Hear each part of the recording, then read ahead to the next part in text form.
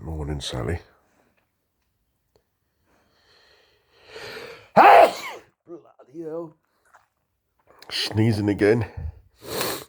Oh, leaking. Timmy's outside there. He wants to come in. No, you're not coming in. Not by the hair of my chinny chin chin. I won't let you in. Only my two girls can stay with me this morning, my little Sally. Let me clean your boogie. The boogie of your nose. You like that being pampered.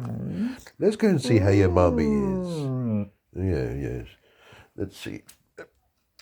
Let's see how mummy is now. Mummy, hello, mummy. Stay there. You've been a good girl. All right, Betty. Yeah. You're feeling better. You're still very quiet, aren't you? But yeah, that's the. Let me clean your boogie, your nose.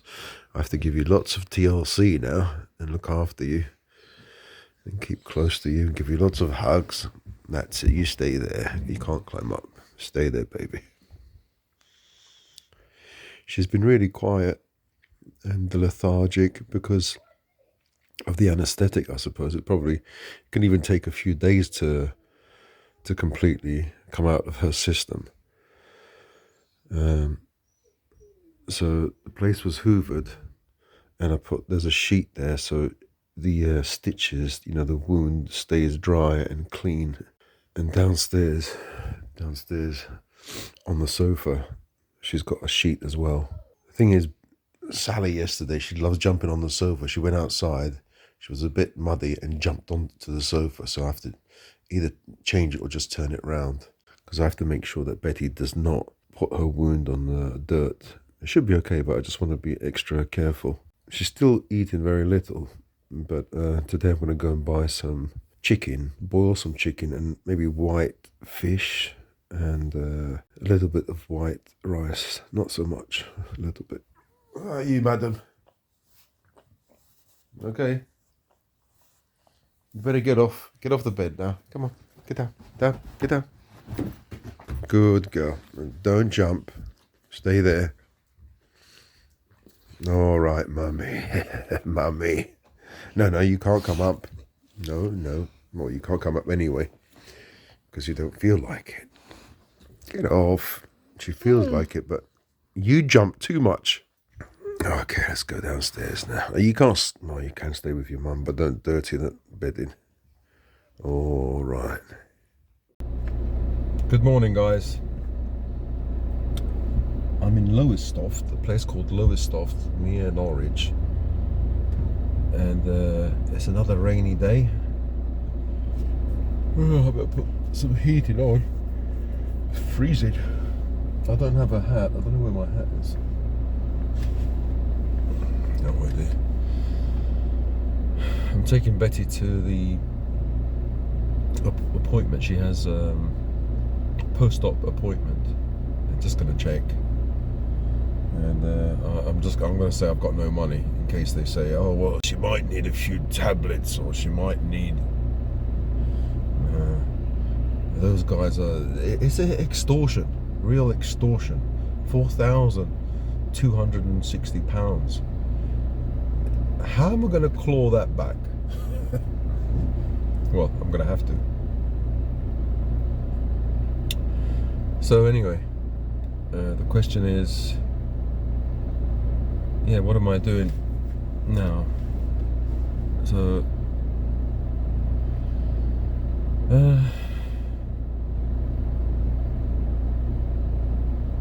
I think,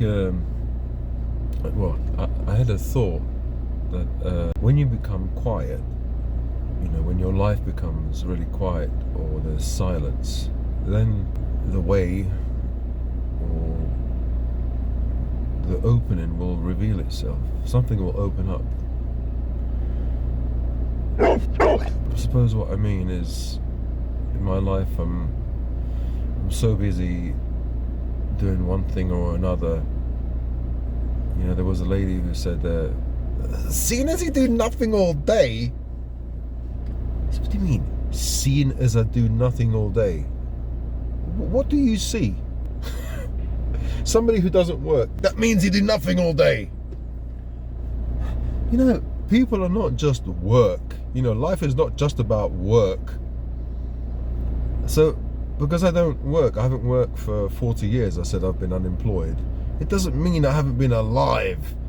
I haven't had experiences. I haven't had goals. I haven't had dreams.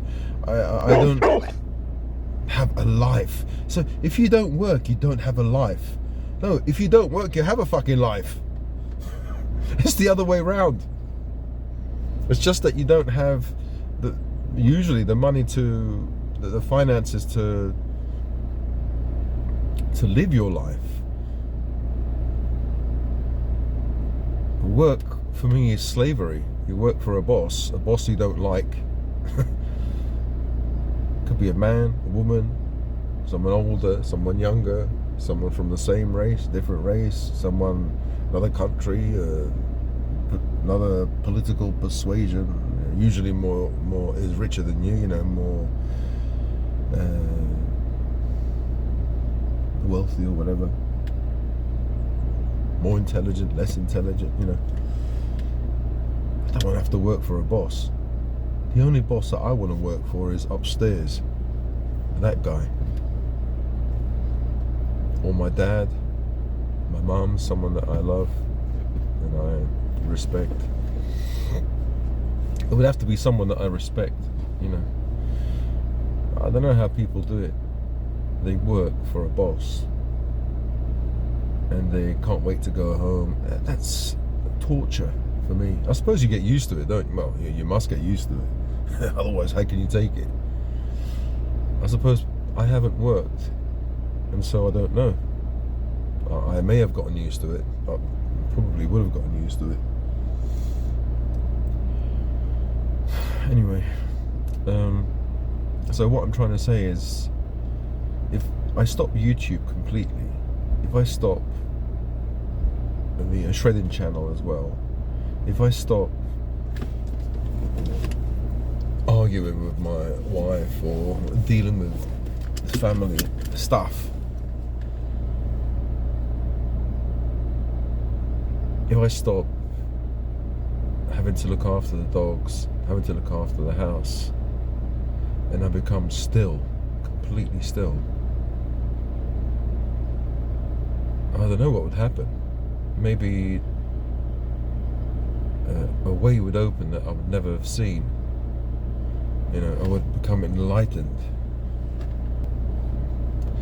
So, well, maybe it's not such a strange thought. It makes sense, because life gets in the way of your goal. Everybody, I think, has a goal. I know what my goal is, or my purpose in life. Other people have theirs, but it depended on the goal, I suppose. If your goal is to have a family, well, it's easy. Have a family, get a woman pregnant, have enough funds to deal with the aftermath. You have a family. You can have a ready-made family by marrying a woman who's got kids. So you don't have to go through but then you have to go through the fact that they don't love you because they're not your kids. So some goals are easier than other goals. Goals that are almost impossible to reach, you need some kind of extra help. Like, a light has to open up in the darkness. You know that third eye. Maybe you have to lock yourself into a room, into darkness for a week, 2 weeks, and that third eye, that light will open up. Or some brilliant light, or God himself, itself will illuminate your mind, your thoughts, your feelings. But it's difficult when you're when you've got things to do, as I said, when life gets in the way, I think it's difficult. I found it very difficult. The thing is, the mind will get in the way and it will say to you, no, you have to do the YouTube because you've got subscribers there. It doesn't matter you're not making any money, just keep doing it. You have to do the shredding channel because you've invested £70,000. You know, you have to make money from that. And YouTube are slave drivers. They are absolute slave drivers. You know, if you have, like, I've got 7,700 subscribers, I only get about 1,000 people watching my videos. And it's not because my videos are so bad. They may be, but other channels are the same. If you have 100,000 subscribers, you only get a percentage of those subscribers watching your videos. You might get, I don't know, 10%. So, I don't know, from 100,000, you might get 10,000 each video. I get 7,000. I've got 7,000 subscribers, and I'll get 1,000, which is quite high. It's more than 10%. Is it more than 10%? Yeah, it's just over 10%. So they make it, why shouldn't all, or like 60%, 70, 80% of the people that subscribe to you watch your videos? You know, maybe they didn't click the notification button and they're not notified. But the thing is, some people did click the notification button, not on my channel, but other channels I've heard, and they don't get a notification, or they're unsubscribed. You know, you may not watch a few videos, like a month or whatever, and it unsubscribes you, or a few months and you're unsubscribed. So, you know, on YouTube you have to be on it all the time, and as I said, YouTube is a slave driver with a massive whip, whipping you. I ain't no slave. I have been, but in the future I don't want to be a slave. So yeah, and you get all those trolls. Don't want to hear them. Just don't. Apparently one troll, because a person who does my comments said, you know, there was one troll that said something bad, and one bloke, it must have been a bloke, says Gerald is a tosspot. I said, why did you take it down? Just leave it. You know, if people want to express themselves. Yeah, whoever you are, sorry that you were banned, but anyway, I forgive you. You see, I've got no hate or anything. You know, if say, Gerald's a tosspot, okay, that's your opinion. It didn't, you know, it's nothing really bad. It's I think we all have an ego, and that ego is massaged. Dopamine increases when people say good things about us. Oh, you're wonderful. Oh, I love you. You know, and you feel good about yourself. But on the flip side, when somebody says, oh, you're a wanker, you're an idiot, you're evil, you're God knows what they say, lazy, you get hurt as well. And you know, in a way it's good, because it's a taming of the ego. The ego gets tamed, because you think, why does this hurt? You know, and as I said before, there's an evolutionary reason, because people that say bad things, inside us it creates a feeling that we're going to die because it's a threat. I think the mind doesn't distinguish between a bad word and someone looking at us badly, and then, you know, with a knife behind their back, and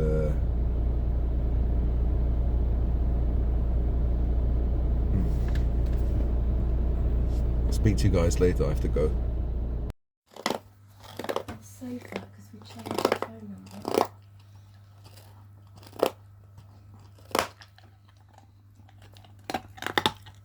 Jerry's enjoying his lovely bone.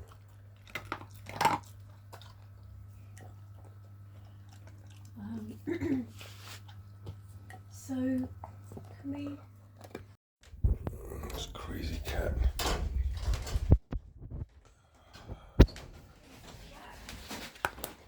Where's the... Oh, the cat's in there. Come on. You want some? It's alright, just have a little bit of this. Fucking hell. Hello, cat. Come on. King, I'm not going near you. Let me go near you with this. Come on. Bloody hell, I can't even go. Oh, look at that. Here's your nice food. Why are you like that? That's alright. That's alright. He ain't going near her. See, now you believe me. Look. Hello, Minnie. See you later. Wicked is the price. Why'd you run and hide? You can call me